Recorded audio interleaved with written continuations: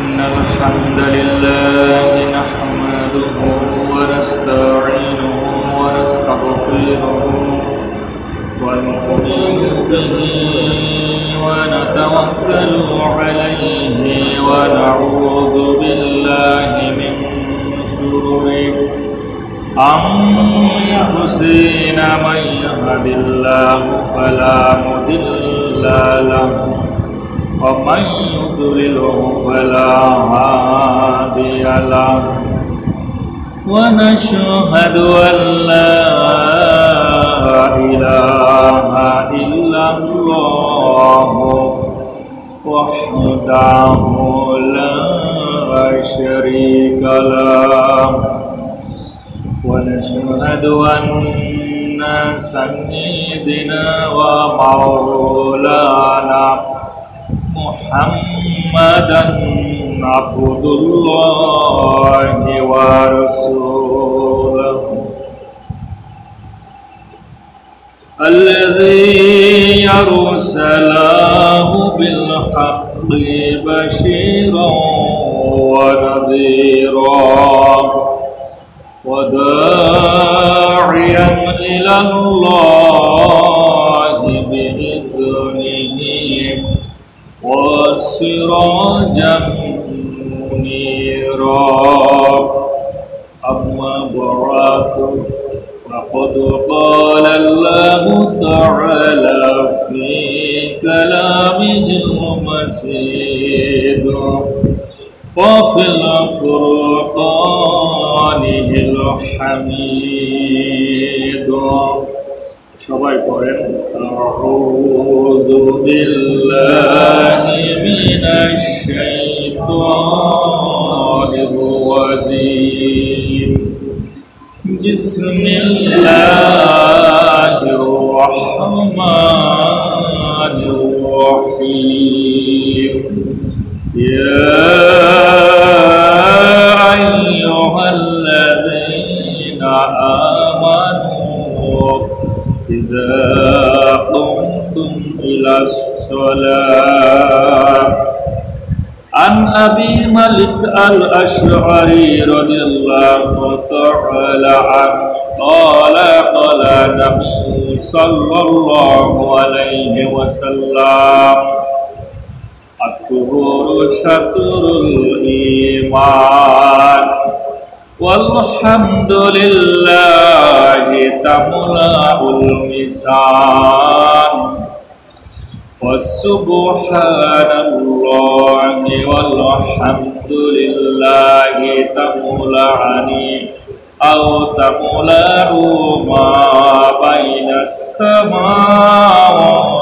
والأرض والصلاة نور والصدقات برهان والصبر ضياء والقرآن حجة لك أو عليك كل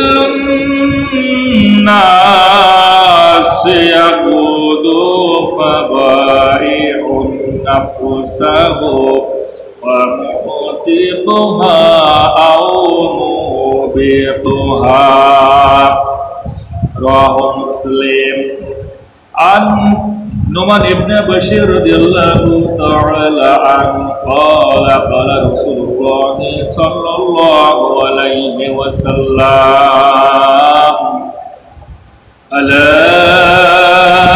وإن في الجسد مضغة إذا صلحت صلح الجسد كله وإذا فسدت فسد الجسد كله ألا وهي القلب إن الله وملائكته يصلون على النبي يا أيها الذين آمنوا صلوا عليه وسلموا تسليما اللهم জবানটা ছেড়ে দিয়ে বলেন সাইয়্যিদিনা মাওলানা মুহাম্মদ ওয়া আলা আলি সাইয়্যিদিনা মাওলানা মুহাম্মদ اللهم ارزقني شهادة في سبيلك واجعل موتي في بلد رسولك يا مقلب القلوب ثبت قلبي على دينك اللهم مصرف القلوب صرف قلوبنا على طاعتك لك الحمد بالقرآن لك الحمد بالإسلام لك الحمد بالإيمان والحمد لله رب العالمين والحمد لله على دين الإسلام الحمد لله সমস্ত প্রশংসা আল্লাহ সুবহানাহু ওয়া তাআলার দরবারে যে রব আমাদেরকে এই বড়ইছড়া গ্রামের অসংখ্য মানুষের মধ্যে বাছাই করে তারই বেহেশতের বাগানে আমাদেরকে একত্রিত করেছেন। মহাবিশ্বের মহাবিশ্বয় মহাগ্রন্থ আল কোরআনুল কারীম রাসূলের আদর্শ থেকে আমাদের কিছু কথা শোনার যে সুযোগ করে দিয়েছে, আসুন আমরা সেই রবের দরবারে অন্তরের অন্তরস্থল থেকে মনের দরজাটা খুলে দিয়ে খুশি হয়ে বলে আলহামদুলিল্লাহ। আপনারা একটু সামনে বসলে ভালো হয়, কারণ সামনে যদি থাকেন আমার মনে হয় একটু ভালো হয়, একটু মানে এদিকে থাকেন। আমি আশা করি আমার কথাগুলো আপনারা বুঝতে পারবেন।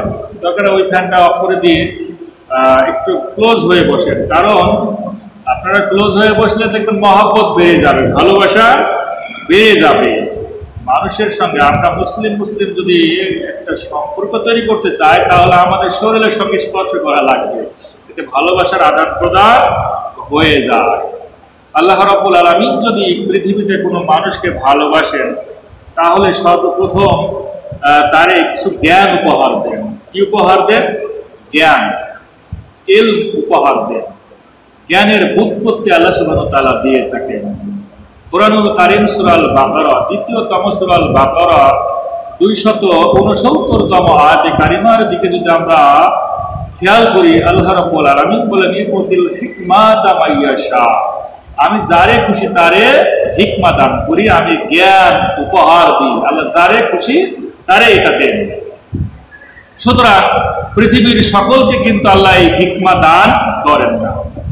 ওয়ামাইয়াতাল হিকমাতা ফাকাদ উতিয়া খায়রান কাসীরা, আল্লাহ সুবহানাহু ওয়া তাআলা যাদেরকে এই হিকমাটা দেন, এই জ্ঞানের বুৎপত্তি দান করে, আল্লাহ বলেন পৃথিবীর মধ্যে সে সবচেয়ে মূল্যবান সম্পদটাই আমার কাছ থেকে উপহার হিসেবে সে পায়। সুবহানাল্লাহ বলবেন না? সুতরাং আল্লাহ সুবহানাহু ওয়া তাআলা এই দুনিয়াতে অসংখ্য মানুষ অসংখ্য ভাবে আমরা জ্ঞান অর্জন করি, কিন্তু সব জ্ঞান কিন্তু আল্লাহ সুবহানাহু ওয়া তাআলার পক্ষ থেকে খুশি হওয়ার কিছু নয়। কারণ সব জ্ঞানই কিন্তু ওই আপনার মানে ইসলামিক জ্ঞান হতে পারে না। আল্লাহ সুবহানাহু ওয়া তাআলা যারা বাছাই করেন, যাদেরকে ভালোবাসেন, তাদেরকে এই জ্ঞানটা উপহার দেন। ওমা যাক্কারু ইল্লা উলুল আলবাব, আল্লাহ বললেন আমি যাদেরকে এই জ্ঞানটা উপহার দিই, এই জ্ঞানটা পেয়ে এই মানুষগুলো কোরআনকে আঁকড়ে ধরে আর আমার রাসূলের আদর্শকে সে একেবারে পঙ্খানুপঙ্খ রূপে মেনে নেয়। আল্লাহ সুবহানাহু ওয়া তাআলা এই জাতিকে, এই কওমকে, এই গোষ্ঠীকে একটা নাম দিলেন, তার নাম হলো উলুল আলবাব। এরা হলো জ্ঞানী সম্প্রদায়, এরা হলো জ্ঞানী জাতি। সুবহানাল্লাহ বলবেন না? তার মানে আমরা যে সমাজে বসে আছি, আমরা যেখানে বসে আছি, এটা একটা জ্ঞানের ঘর, এটা একটা জ্ঞানের ময়দান, এটা কোরআনুল কারীমের ময়দান, ঠিক কিনা? এই পৃথিবীর মধ্যে যত কিতাব আছে, কোন কিতাবকে আল্লাহ বলে নাই যে ওই কিতাব থেকে জ্ঞান অর্জন করলে ওই কিতাব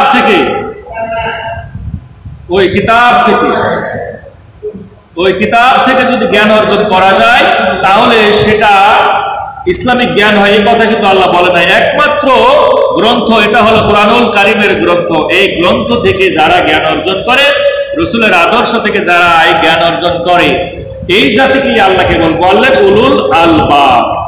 সুবহানাল্লাহি ওয়া বিহামদিহি সুবহানাল আযীম।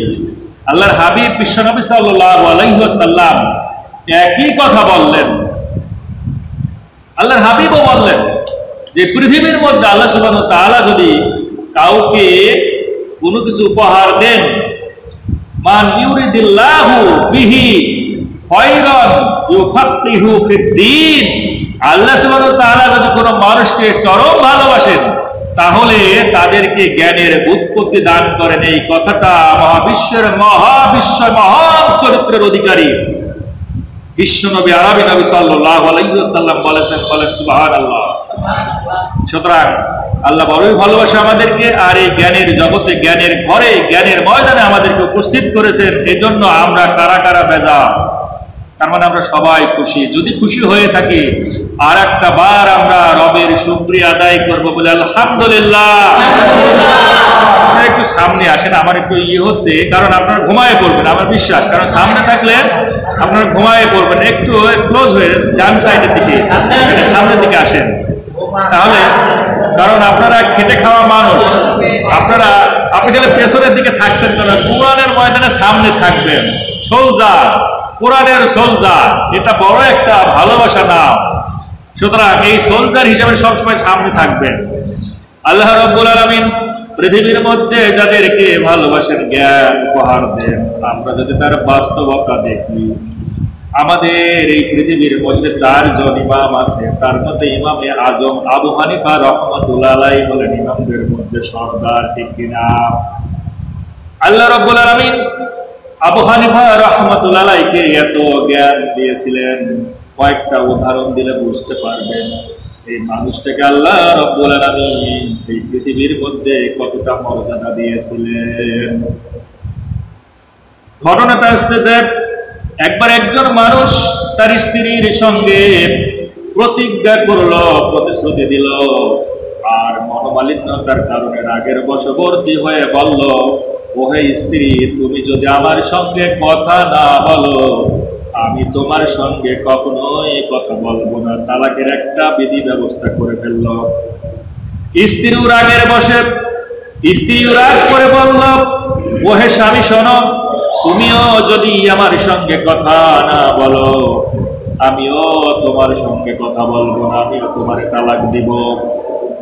এই যে সিদ্ধান্ত হয়ে গেল, দুজনই সিদ্ধান্ত উপনীত হলো, হয়তো আমাদের সংসার টিকবে না। এই ঘটনাটা চলে গেল আলেম ওলামাদের কাছে, আলেমের কাছে চলে গেল। আলেম সিদ্ধান্ত দিল। ওই সময় ওই যুগের সবচেয়ে বড় আলেম ছিলেন হযরতে সুফিয়ান সাউরি রাহমাতুল্লাহ আলাইহি নামে একজন আলেম ছিলেন, মুহাদ্দিস ছিলেন। সুফিয়ান সাউরি রাহমাতুল্লাহ আলাইহি বললেন, তোমরা যতক্ষণ কথা না বলবা তোমাদের প্রতিজ্ঞা ভঙ্গ হবে না, তার মানে তোমরা তালাকের পর্যায়ে চলে যাবা। এই ঘটনাটা যখন ইমামে আজম আবু হানিফা রাহমাতুল্লাহ আলাইহির দরবারে গেল, সমস্ত ঘটনাগুলো শোনার পর ইমামে আজম আবু হানিফা রাহমাতুল্লাহ আলাইহি বললেন, তোমরা যাও, তোমরা সংসার করো, তোমাদের স্বামী স্ত্রীর মধ্যে কোনো সমস্যা হবে না। সুবহানাল্লাহ বলবেন না? কেন বললেন?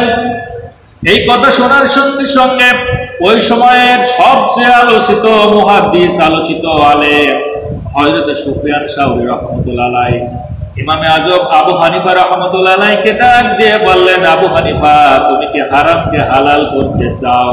যেখানে আমি ফতোয়া দিয়েছি তাদের বিবাহ বিচ্ছেদ ঘটার সম্ভাবনা, আর তুমি বললা স্বামী স্ত্রী আবার সংসার করো। আবু হানিফা রাহমাতুল্লাহ আলাইহি বললেন, শোনো, এই কথার ব্যাখ্যাটা জেনে নাও। স্বামী যখন প্রতিজ্ঞা করলো, স্বামী যখন রাগের বশবর্তী হয়ে বলল, ওহে স্ত্রী, তুমি যদি আমার সঙ্গে কথা না বলো, আমিও তোমার সঙ্গে কথা বলবো না।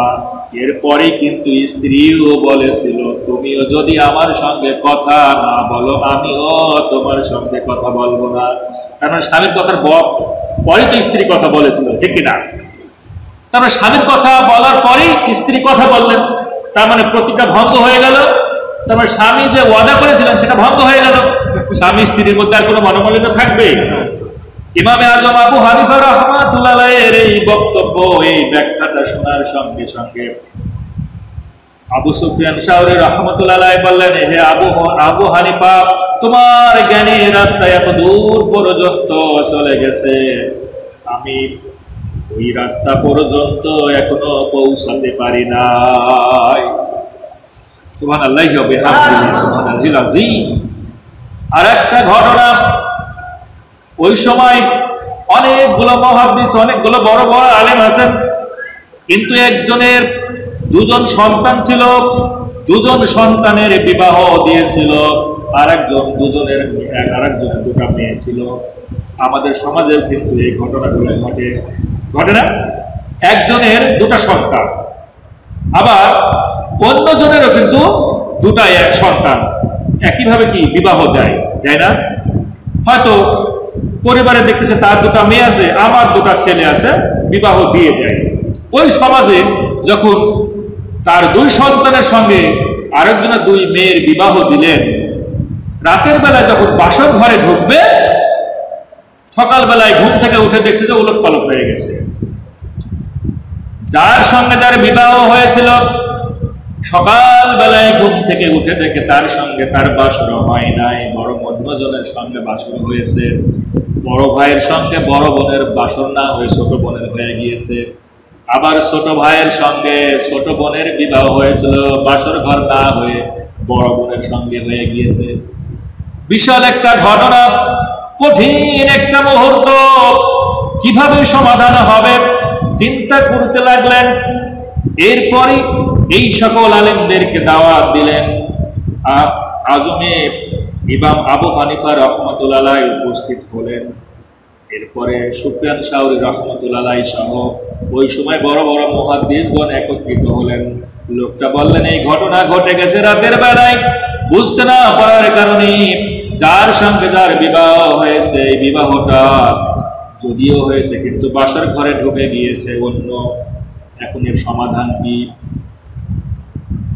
হযরত সুফিয়ান শাওরি রাহমাতুল্লাহ আলাইহি বললেন, যেহেতু ভুলের কারণে হয়েছে, মিস্টেক হয়ে গিয়েছে, কোনো সমস্যা নাই, বরং এই দেনমোহরটা বলবৎ থাকবে, দেনমোহর দিয়ে দাও। যার সঙ্গে যার বিবাহ ছিল তার সঙ্গে তার ঘর সংসার করো। বিষয়টা যখন ইমামে আজম আবু হানিফার কাছে গড়ে গেল, ইমামে আজম বললেন, না, এটা সিদ্ধান্ত হতে পারে না। দুজনকে ডাকলেন, স্ত্রী দ্বয়কে ডাকলেন, স্বামী দ্বয়কে ডাকলেন। দুজনকে ডাকার পর রাতের বেলায় যাদের সঙ্গে বাসর ঘর হয়ে গিয়েছিল, যাদের সঙ্গে সহবাস হয়েছিল, মিলন ঘটেছিল, ওই দুইজনকে বলল, তুমি যার সঙ্গে সহবাস করেছো, রাত্রি যাপন করেছো, তোমার কি পছন্দ হয়? লোকটা বলল, হ্যাঁ আমার পছন্দ। স্ত্রীও বলল, হ্যাঁ আমার পছন্দ। উভয় জোড়া যখন বলল আমার পছন্দ, ইমামে আজম বললেন, এদের সঙ্গে এদের বিবাহ দিয়ে দাও। কেননা তাদের সঙ্গে রাতের বেলা রাত্রি যাপন হয়ে গিয়েছে। যদি এটা বিবাহ না দেওয়া হতো, সারা জীবন জিনার কাতারে দাঁড়ায় থাকতে হতো, ঠিক কিনা? কি চমৎকার সিদ্ধান্ত, কি চমৎকার সিদ্ধান্ত ইমামে আজম আবু হানিফা রাহমাতুল্লাহ আলাইহি দিয়ে দিলেন। এই ঘটনাটা শোনার পর ওই সময় ওই আলেমগুলো বলেছিলেন, আল্লাহ রাব্বুল আলামিন তোমার এতই ভালোবাসে, তোমার ব্রেনের মধ্যে এত জ্ঞান গরিমা আল্লাহ দিয়ে দিয়েছে। সুবহানাল্লাহি ওয়া বিহামদিহি, সুবহানাল্লাহিল আযীম। এজন্য আল্লাহ সুবহানাহু ওয়া তাআলা যাদেরকে জ্ঞান দেন, যাদেরকে বুঝতে দান করেন, নিঃসন্দেহ সেই পৃথিবীর মধ্যে সবচেয়ে সম্মানিত মানুষে পরিণত হয়ে যায়, ঠিক কিনা? কি ব্যাপার, আমি কি মরুভূমির মধ্যে কথা বলতেছি না গোরস্থানে কথা বলতেছি? কথা বলা লাগবে, ঠিক কিনা? আমার কথা বোঝা যাচ্ছে না? আমি কি মাইক্রোফোন দিব? আমার কথা বোঝা যাচ্ছে? জি, বাইরে কথা বোঝা যেটা আমিও জানি, কিন্তু আমার কথা কি ভিতরে বুঝতে পারছেন? এই সমস্যাটা আমি প্রায় উপলব্ধি করি। এখন বোঝা যায়? বুঝতে পারছেন কথা? আর যাই হোক, কষ্ট করে বুঝে নেন, আজকের আলোচনাটা অত্যন্ত গুরুত্বপূর্ণ আলোচনা। শুনলে বুঝতে পারবেন যে কি লুকিয়ে আছে আজকের এই আলোচনার মধ্যে, এবং আপনারা আজকে সিদ্ধান্ত নেবেন এই যাবৎ পর্যন্ত যে সালাত আদায় করেছেন, আসলে আমাদের এই সালাতগুলো কতটুকু আমরা পাক পবিত্রতার সঙ্গে আদায় করেছি। আজকে আমরা কিন্তু একেবারে ভেঙ্গে ভেঙ্গে গোপন কথাগুলো টেনে টেনে বের করে আমরা এগুলো জানবো, বলেন ইনশাআল্লাহ। আপনাদের কাছে আমার প্রশ্ন হলো যে আমরা যে সালাত আদায় করলাম ঈশার সময়, এই ঈশার সালাতের মধ্যে কয়টা ফরজ ছিল? 13টা ফরজ।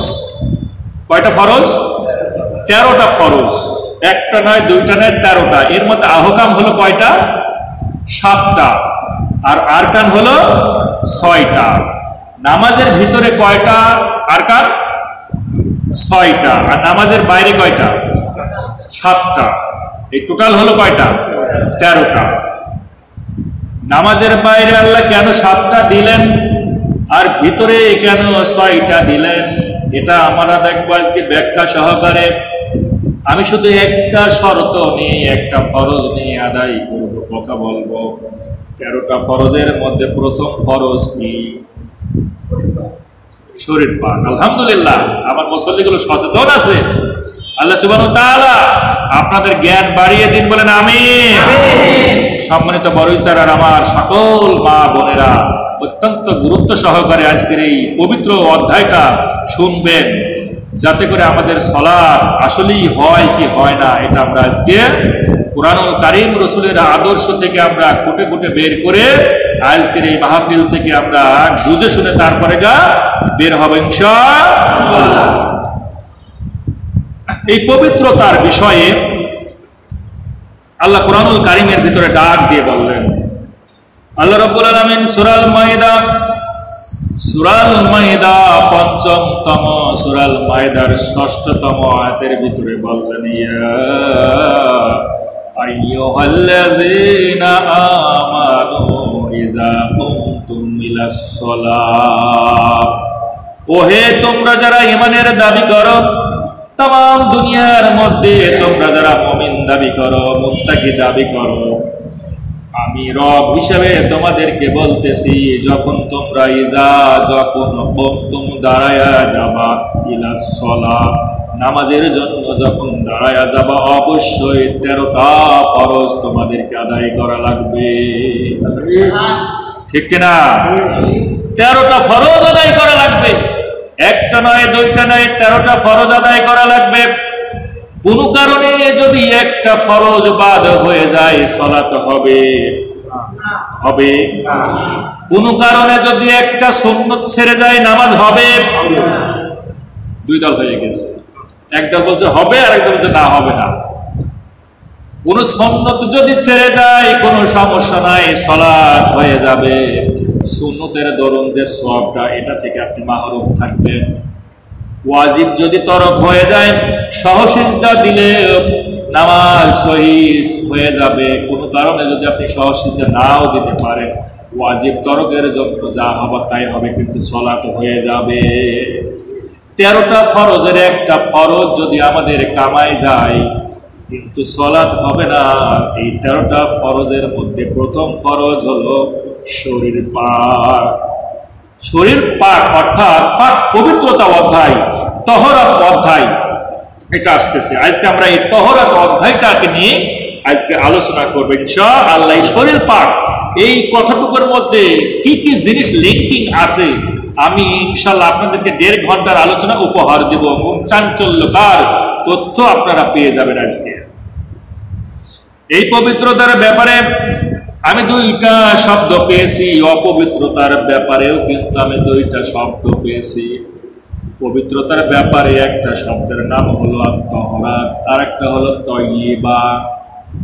আত-তাহরাত এই শব্দটা কোরআনুল কারীমে 18টা সূরার 26টা আয়াতে 31 বার আল্লাহ কোরআনুল কারীমে দিয়েছেন, বলেন সুবহানাল্লাহ। তয়্যিবা এটা হলো পবিত্র। আল্লাহ রাব্বুল আলামিন এই তয়্যিবা শব্দটা একবার নয়, 2বার নয়, মোট 5টা সূরার 15টা আয়াতে 16 বার আল্লাহ কোরআনুল কারীমের মধ্যে দিয়েছেন। জবানটা খুলে দিয়ে বলেন সুবহানাল্লাহ। হাদাস নাপাক থেকে পবিত্রতা অর্জন করতে হয়। জুনুব, এই জুনুব শব্দের অর্থ হলো অপবিত্র। সূরা মাইদার মধ্যে পাওয়া যাবে জুনুব। ওয়াইন কুনতুম জুনুবান ফাত্তাহারু, যখন তুমি অপবিত্র হয়ে যাবা তখন কি করবা? বিধি মোতাবেক তোমাকে পবিত্রতা অর্জন করা লাগবে। এই যে জুনুব শব্দটা আল্লাহ কোরআনুল কারীমের মধ্যে দিয়েছেন, 3টা সূরার 4টা আয়াতে 4 বার আল্লাহ দিয়েছেন। বলেন সুবহানাল্লাহ। এই গেল পরিসংখ্যান এই তহরাতের পবিত্রতা নিয়ে। আমরা ইনশাআল্লাহ এর মধ্যে দেখব যে এই তহরাতের মধ্যে শাব্দিক সংজ্ঞাগুলো কি এবং এই প্রকারভেদগুলো কি, আর এই প্রকারভেদের মধ্যে কি কি আমাদেরকে দিক নির্দেশনা দিতেছে, যার কারণে প্রথম শর্ত যদি আমরা পূরণ করতে পারি তাহলে 13টা ফরজে প্রথমে আমরা কিন্তু উত্তীর্ণ হতে পারব। 7 জন মুফাসসিরগণ, 7 জন নামি দামি আলেম মুহাদ্দিস এই তহরাতের প্রকারভেদ দিয়েছেন। ইমামে শাফি রহমতুল্লাহ আলাইহি, ইমামে মালিক রহমতুল্লাহ আলাইহি, ইমামে গাজ্জালি রহমতুল্লাহ আলাইহি, এই রকমের দরের দরের নামি দামি মুহাদ্দিসগণ এই তহরাত বা পবিত্রতার প্রকারভেদ দিয়েছেন। কেউ বলতেছেন 2 প্রকার, কেউ বলতেছেন 3 প্রকার, কেউ বলতেছেন 4 প্রকার। এই সবগুলোকে আমি সামারাইজ করে পেয়েছি 2 প্রকার। কয় প্রকার? 2 প্রকার। এই 2 প্রকারের তহরাত যদি আমরা পালন করতে পারি, 2 প্রকারের পবিত্রতা যদি আমরা অর্জন করতে পারি, তাহলে আমরা কিন্তু প্রথম শর্ত সালাতের পবিত্রতা অর্থাৎ শরীর পাক আমাদের হয়ে যাবে। এই 2 প্রকারের এক প্রকার হলো জান পবিত্র, আর একটা হলো মালের পবিত্র। জানের পবিত্র আর মালের পবিত্র। বলেন সুবহানাল্লাহ। একটা নাম কি? জানের পবিত্রতা, আর একটা হলো মালের পবিত্রতা। আল্লাহ রাব্বুল আলামিন এবার দলিল নেন। কোরআনুল কারীম দলিল দিচ্ছে, সমাধান দিবে কোরআনুল কারীম। সূরা তাওবা 9তম সূরা তাওবার 11তম আয়াতের ভিতরে আল্লাহ ডাক দিয়ে বললেন, ইন্নাল্লাহা আশতারা মিনাল মুমিনিনা আনফুসাহুম ওয়া আমওয়ালাহুম বিআন্না লাহুমুল জান্নাহ। আল্লাহু আকবার। আল্লাহ বললেন, ইন্নাল্লাহা আশতারা, নিশ্চয় আল্লাহ তোমাদের কাছ থেকে ক্রয় করে নিয়েছেন, কিনে নিয়েছেন। কি কিনে নিয়েছেন? মিনাল মুমিনিনা, মুমিনদের কাছ থেকে। তার মানে আমরা যারা বসে আছি মুমিন কি মুমিন না? আমরা কি মুমিন না? আমরা কি ঈমানদার না? যদি আমরা ঈমানদার হই, যদি আমরা মুমিন হই, আমাদের কাছ থেকে আল্লাহ বললেন আমি কিনে নিয়েছি তোমাদের কাছ থেকে 2টা জিনিস। একটা হলো আনফুসাহুম, তোমাদের পবিত্র জান, ওয়া আমওয়ালাহুম, তোমাদের পবিত্র মাল। এই 2টা আমি কিনে নিয়েছি, আর বিনিময়ে বিআন্না লাহুমুল জান্নাহ, আর বিনিময়ে আমি তোমাদেরকে উপহার দিব আমার নাজ নিয়ামতে পরিপূর্ণ জান্নাত। বুঝা গেল? কোরআন দিল দলিল। একটা হলো জানের পবিত্রতা, আর একটা হলো মালের পবিত্রতা। আল্লাহ কেন জানের কথা আগে বললেন? আমি ছোটকালে ওয়াজ শুনেছি, অনেকেই বলেছে আল্লাহকে মাল চেয়েছে তারপরে জান চেয়েছে, কিন্তু আমি কোরআনুল কারীম সূরা তাওবার ভিতরে আগে দেখলাম আল্লাহ বলেন আগে জান দাও তারপরে মাল দাও। জান যদি না থাকে মালের কি দরকার বলেন তো? আল্লাহকে জান চাইলেন, এরপরে মালের কথা বললেন। কেন কেন কি কারণে বললেন? আমি যতটুকু ভেবে চিনতেছি, ততটুকুর আলোকে আমি এতটুকুই বুঝেছি, জান যখন আল্লাহ দিতে বলে তখন আমাদের কিন্তু মালের কথা চিন্তা হয় না, কারণ জানই তো চলে যায়, মাল নেওয়ার এত কি টেনশন থাকবে, ঠিক না? এই জন্য আমরা মালটাও আল্লাহ রাস্তায় দিয়ে দিই। আর যখন মালের কথা আগে বলবে তখন জান দিতে দ্বিধা বলবে, মালই তো দিয়ে দিলাম, আবার জান দিয়ে কি লাভ? আল্লাহ রাব্বুল আলামিনের পয়গম্বর, নবী কুলের সম্রাট রাসূল আকরাম সাল্লাল্লাহু আলাইহি ওয়াসাল্লাম যখন এই সাহাবা আজমাইনকে ডেকেছেন জিহাদের ময়দানে যাবার জন্য, তখনই লাব্বাইক ইয়া রাসূলুল্লাহ বলে জানটা বিলিয়ে দিয়েছেন, ঠিক কিনা? শুধু জান দেন নাই, প্রয়োজনে বাড়ি ঘরে যত মাল ছিল সমস্ত পবিত্র মালগুলো আল্লাহ রাব্বুল আলামিনের রাহে পৌঁছে দিয়েছে। মাইক ভালো না হলে কথা বলে মজা পাওয়া যায় না, কারণ মাইকে যখন কথা বলবো তখন সাউন্ডটা যখন আমার কানে আসবে তখন কথা বলতে ভালো লাগে।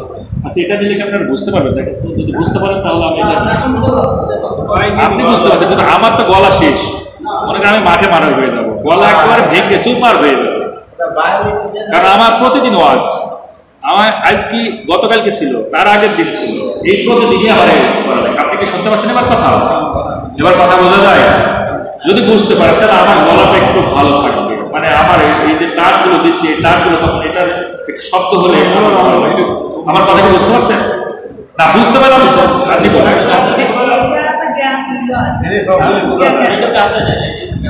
এবার বোঝা যায়?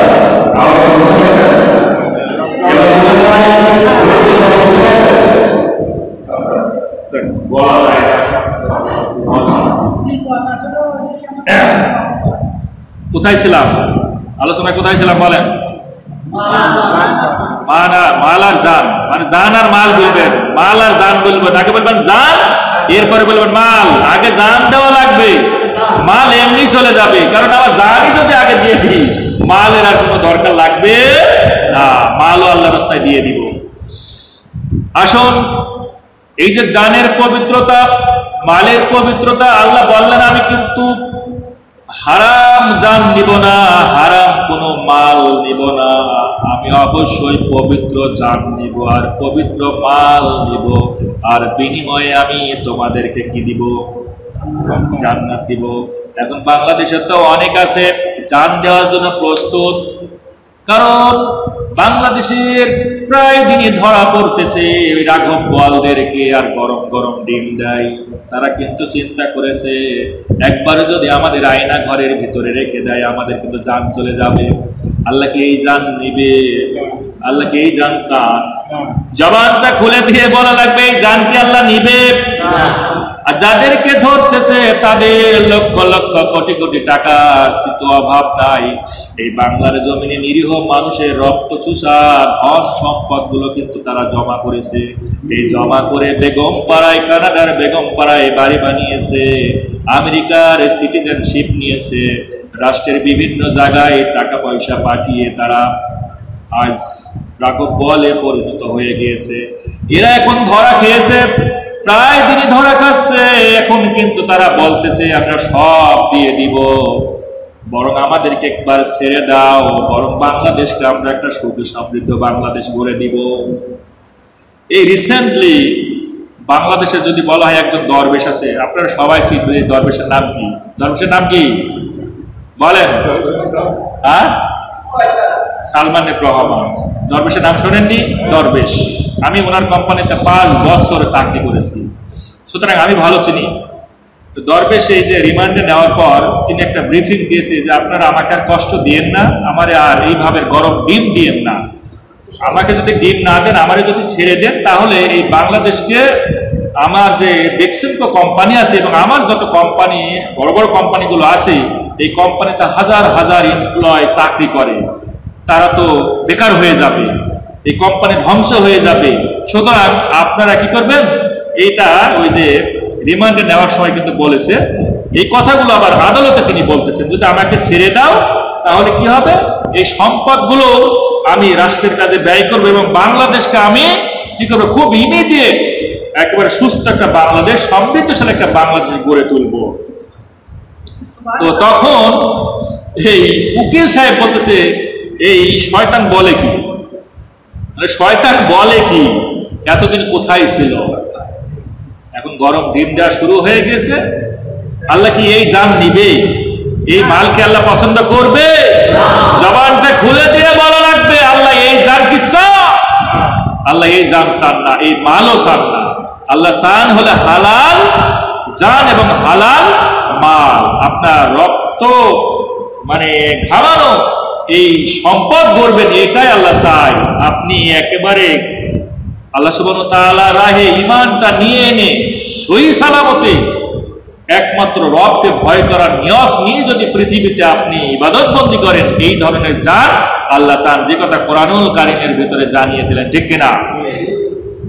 আল্লাহ বললেন আমাকে জান দেওয়া লাগবে পবিত্র, মাল দেওয়া লাগবে পবিত্র। 5 জন নামি দামি মুফাসসিরগণ এই জানের ব্যাখ্যা দিয়েছেন, জানের সংজ্ঞা দিয়েছেন, জানের প্রকারভেদ দিয়েছেন। তারা বলল এই জানকে আবার 2 ভাগে ভাগ করা যায়। কয় ভাগে? এক প্রকার হলো আত-তাহরাতুন জাহিরা, আত-তাহরাতুন বাতিনিয়া। একটা হলো আমার বাইরের পবিত্রতা, আর একটা হলো ভিতরের পবিত্রতা। বলেন সুবহানাল্লাহ। আমার যে শরীর, আমার যে জান, এই জানের একটা হলো ভিতরের পবিত্রতা লাগবে। আল্লাহ বলতেছেন, দেখেন কথাগুলো আসতেছে, এই শরীর পাক নিয়ে কথাগুলো বলতে গেলে কত কথা চলে আসবে।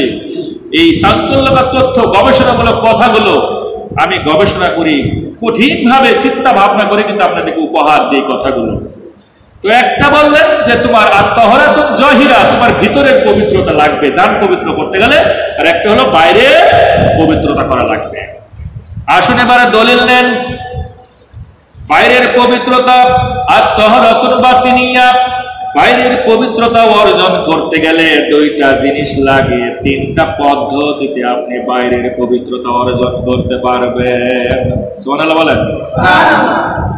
2টা জিনিস হলো, একটা হলো পানি আর একটা হলো মাটি। এই 2টা জিনিস দিয়ে আপনি 3টা পদ্ধতিতে, একটা পদ্ধতি হলো ওযু, আর একটা পদ্ধতি হলো গোসল, আর একটা পদ্ধতি হলো তায়াম্মুম, ঠিক না? তার মানে 2টা জিনিস দিয়ে 3টা পদ্ধতিতে আপনি বাহ্যিক পবিত্রতা অর্জন করতে পারবেন। এই 2টা জিনিস হলো কি? একটা পানি আর একটা হলো মাটি, আর 3টা পদ্ধতি হলো ওযু, গোসল আর তায়াম্মুম। কোরআনুল কারীম সূরা আল মাইদা 5তম সূরা মাইদার 6তম আয়াতের ভিতরে আল্লাহ এই কথাগুলো তুলে ধরলেন। গবেষণামূলক কথাগুলো আল্লাহ স্পষ্ট বলে দিলেন। আল্লাহ বললেন ফাগসিলু উজুহাকুম। আমরা যদি ওযু করতে যাই, আপনাদের কাছে আমার একটা ছোট্ট প্রশ্ন, ওযুর ফরজ কয়টা? কয়টা? ঘুমাচ্ছে, আমি জানি আপনি এখানে থাকলে ঘুমাবেন, এই জন্য সামনে আপনাকে লিল্লাহি তাকবীর বলতে হলে আপনাকে উঁচু করে বলা লাগবে। আপনি তো ঘুম ঘুম লাগতেছে। আমার প্রিয় মুসল্লি যদি ঘুমায় তাহলে হয়? বলেন তো। ঘুমানো যাবে না, কোরআনের ময়দানে ঘুমানো যাবে না, ঘুম থেকে জেগে থাকতে হবে। এই সময়টা বেশি নিই না, 1টা ঘন্টা। তার মানে আল্লাহ রাব্বুল আলামিন বললেন, ইয়া আইয়ুহাল্লাযীনা আমানু ইযা কুমতুম ইলাস সালাহ, যখন তোমরা নামাজের জন্য দাঁড়াবা, ফাগসিলু উজুহাকুম, তোমরা তোমাদের মুখমণ্ডল পবিত্রতা করো, পানি দিয়ে ধৌত করো। তার মানে প্রথম ফরজ, ওযুর যে 4টা ফরজ কোরআন দলিল দিচ্ছে, তুমি তোমার মুখমণ্ডলকে ধৌত করো। এরপরে আল্লাহ রাব্বুল আলামিন বললেন, ওয়া আইদিয়াকুম ইলাল মারাফিক, তুমি তোমার হস্তদ্বয়কে কনুই থেকে টাক একেবারে শেষ পর্যন্ত 3 বার ধৌত করো। কয়বার? 3 বার যদি ধৌত করেন তাও ওযু হবে, 2 বার করলেও হবে, 1 বার যদি করেন তাও ওযু হয়ে যাবে, কিন্তু 4 বার ধোয়া যাবে না। ওযুর সময় কিন্তু মাথায় রাখবেন, অনেকেই ওযু করতে বসে খালি পানি মনে করে দিতেই থাকে, তো মুখে দেখা গেল খালি দিতেই থাকে না। 1 বার দিতে পারেন, 2 বার দিতে পারেন, 3 বার দিতে পারেন, সর্বশেষ 3 বার ওযু হয়ে যাবে, কিন্তু 4 বার করা যাবে না। আল্লাহ রাব্বুল আলামিন এবারে বললেন, শোনো, আমসাহু বিরুসিকুম, তুমি তোমার মাথা মাসহ করো। কয়টা ফরজ হলো? 3টা। একটা মুখমণ্ডল ধৌত করলাম, আর একটা হলো হাতের এই যে কনুই পর্যন্ত ধৌত করলাম, আর একটা হলো মাথা মাসহ করলাম। আল্লাহ রাব্বুল আলামিন এবারে বললেন, ওয়া আরজুলুকুম ইলাল কাবাইন, বলো না লিল্লাহি তাকবীর। এই জোরটা তখন ছিল কোথায়? বলেন তো। প্রথমবারই দিবেন, আলহামদুলিল্লাহ। আল্লাহ বললেন, ওয়া আরজুলুকুম ইলাল কাবাইন, তুমি তোমার এই পা দুখানা টাকনু থেকে একেবারে শেষ পর্যন্ত ধৌত করো। তাহলে কয় ফরজ হলো? এই 4টা ফরজ আমরা কি দিয়ে ধৌত করব? পানি দিয়ে ধৌত করব। দেখেন 2টা জিনিস দিয়ে আল্লাহ বললেন, তার মধ্যে একটা জিনিস হলো পানি দিয়ে তুমি ওযু করো। আল্লাহ রাব্বুল আলামিন বলেন ওয়া ইন কুনতুম জুনুবান ফাত্তাহারু, তুমি অবশ্যই যদি অপবিত্র থাকো পানি দিয়ে বিধি মোতাবেক তুমি নিজেকে পবিত্রতা অর্জন করো। ওয়া ইন কুনতুম মারদা, কিন্তু তুমি যদি অসুস্থ থাকো, আও আলা সাফারিন, যদি তুমি সফরে যাও, অন্য কোথাও দূরে চলে গেছো, আও জাআহাদুম মিনকুম মিনাল গায়তি, আর যদি তুমি টয়লেট থেকে আসো, বাথরুম থেকে আসো, প্রস্রাবখানা থেকে যদি তুমি বের হয়ে আসো, আও লামাস্তুমুন নিসা, আর যদি তুমি স্ত্রী সহবাস করো, স্ত্রী মিলন যদি তুমি করো, এই 4টা কাজ যদি তোমার জীবনে হয়ে যায়, ফালাম তাজিদু মাআন, কিন্তু যদি তুমি পানি না পাও, যদি তুমি পানি না পাও, যদি তোমার আশেপাশে কোনো পানি না থাকে, তাহলে তো পবিত্রতা অর্জন করাই লাগবে, ঠিক কিনা? আল্লাহ রাব্বুল আলামিন বললেন ফাতায়াম্মামু সাঈদান তাইয়্যিবা। আল্লাহু আকবার। আল্লাহ রাব্বুল আলামিন ডাক দিয়ে বললেন তুমি এবার পবিত্রতা অর্জন করো, যেহেতু তুমি পানি পাচ্ছ না, আমার পবিত্র মাটি দিয়ে তুমি তায়াম্মুম করো। বলেন সুবহানাল্লাহ। মাটি দিয়ে কি করো? তায়াম্মুম করো। তার মানে পানি আর মাটি দলিল দিচ্ছে কে? আল্লাহ দিলেন। আল্লাহ বললেন তুমি অসুস্থ, ওয়াইন কুনতুম মারদা, তুমি অসুস্থ, পানি ব্যবহার করা তোমার জন্য কষ্ট, তুমি এমন একটা অসুস্থ হয়ে পড়েছো, তুমি পানি ব্যবহার করলে তোমার রোগটা বেড়ে যাবে। আল্লাহ বিকল্প ব্যবস্থা করে দিলেন, আমার পবিত্র মাটি দিয়ে তুমি পবিত্রতা অর্জন করো, ঠিক না? আল্লাহ রাব্বুল আলামিন বলেন ফামসাহু উজুহিকুম, এই মাটি দিয়ে কিভাবে পবিত্রতা অর্জন করবে তাও ডিটেইলস আল্লাহ বলে দিলেন, কিভাবে তায়াম্মুম করব। ও বড় বিচারার মানুষগুলো শুনে নেন, কখনো যদি পানি ব্যবহার করা আমাদের জন্য কষ্ট হয়ে যায়, আমরা যদি বিভিন্ন কারণে পানি না পাই, আমাদেরকে যদি তায়াম্মুম করাই লাগে, আজকের এটা একটু জেনে নিন, কোরআন থেকে দলিল দিতেছে। সূরা মাইদা ৫ম সূরা মাইদার ৬ষ্ঠতম আয়াতের ভিতরে আল্লাহ বললেন ফামসাহু উজুহিকুম, তুমি কি করবা, তোমার মুখমণ্ডলটা এই যে পবিত্র মাটি তার উপরে হাতখানা রেখে দিয়ে মুখমণ্ডলটা একবার মাসহ করো। আল্লাহ রাব্বুল আলামিন বললেন ওয়াইদিকুম মিনহু, আর তুমি মাটির উপরে দুখানা হাত রেখে দিয়ে কোনই থেকে একেবারে শেষ পর্যন্ত একবার মাসহ করো, তোমার তায়াম্মুম হয়ে যায়। সুবহানাল্লাহ বলবেন না? লিল্লাহি তাকবীর। আল্লাহ কি চমৎকার করে আমাদেরকে সমাধান দিতেছেন, কি চমৎকার! এই কোরআন মহাবিশ্বের মহাবিশ্বর মহান গ্রন্থ, একটাই গ্রন্থ, পৃথিবীর মধ্যে আর দ্বিতীয় কোনো গ্রন্থ পাবে না যেখানে আল্লাহ সমাধান দিচ্ছেন। আল্লাহ রাব্বুল আলামিন বললেন মা ইউরিদুল্লাহু লিয়াজআলা আলাইকুম মিন হারাজি, আমি চাই না তোমরা তোমাদের এই অপবিত্রতা অবস্থায় থাকো, তোমরা সংকীর্ণ জীবন যাপন করো, আমি এটা চাই না। বরং আমি চাই তোমরা আমার নির্দেশ মোতাবেক আমি যেভাবে বললাম সেভাবে তোমরা যদি কাজগুলো করতে পারো, লাআল্লাকুম তাশকুরুন। আল্লাহ বলেন অবশ্যই অবশ্যই পৃথিবীর মধ্যে তোমরাই সফলকাম হবা, তোমরাই সাফল্যমণ্ডিত হবা, পৃথিবীর মধ্যে তোমরা কৃতকার্য হয়ে আমি আল্লাহর দরবারে জান্নাতের কামিয়াবি অর্জন করবা। এতক্ষণ আমরা যে পবিত্রতার কথা বললাম, এই কোন পবিত্রতা বলেন? কোন সাইডে পবিত্রতা হলো? বাইরের পবিত্রতা, আর তহরাতুন জাহিরা বাহ্যিক পবিত্রতা। আপনি টয়লেট থেকে আসলেন, আপনার পবিত্রতা অর্জন করা লাগবে না? এতক্ষণ যা দেখলাম আমরা বাহ্যিক পবিত্রতা অর্জন করলাম।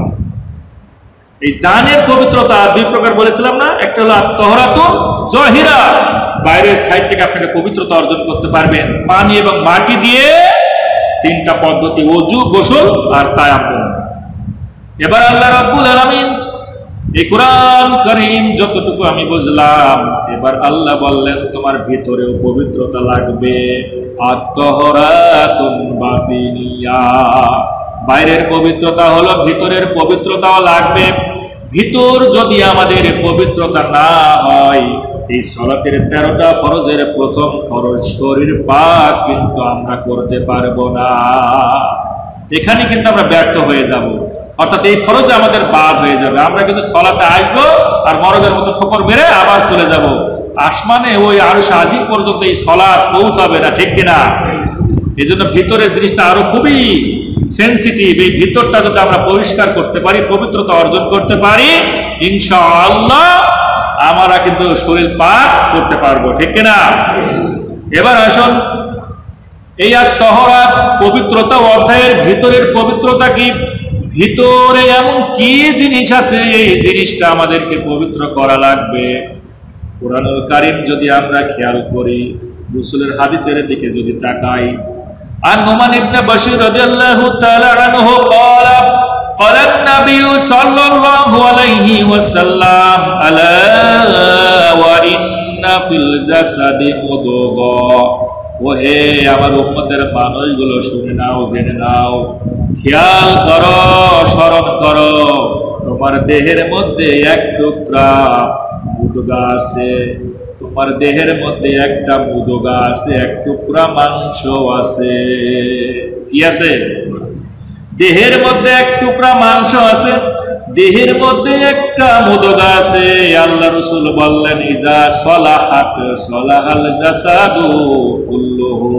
ইজা মানে যখন, সলাহাত মানে পবিত্র হয়ে যায়, সলাহাত সলাহাত সলাহাল জাসাদু কুল্লুহু, তাহলে পুরো শরীরটাই আমাদের পবিত্র হয়ে যায়। সুবহানাল্লাহ। তার মানে কয়টা জিনিস পবিত্র করলে পুরো শরীরটা পবিত্র হয়ে যায়? কয়টা? একটা। আমাদের দেহের মধ্যে কয়টা জিনিস আছে? একটা মুদগা আছে। আল্লাহ রাসূল বলেন একটা মুদগা আছে তোমার শরীরের মধ্যে, এক টুকরা মাংস আছে। এই মাংসটা যদি পবিত্র হয়ে যায়, গোটা শরীরটা কি হয়ে যায়? পবিত্র হয়ে যায়। বিশ্বনবী আবার বললেন, ওয়াইজা ফাসাদাত ফাসাদাল জাসাদু কুল্লুহু।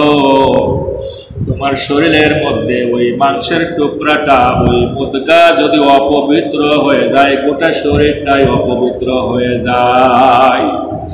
ও আমার সাহাবীরা, তোমরা কি বলতে পারো ওই মুদগার নাম কি? বিশ্বনবী প্রশ্ন ছুড়ে দিলেন সাহাবা আজমাইনদেরকে। সাহাবা আজমাইনরা বললেন, আল্লাহ এবং তার রাসূল সবচেয়ে ভালো জানেন।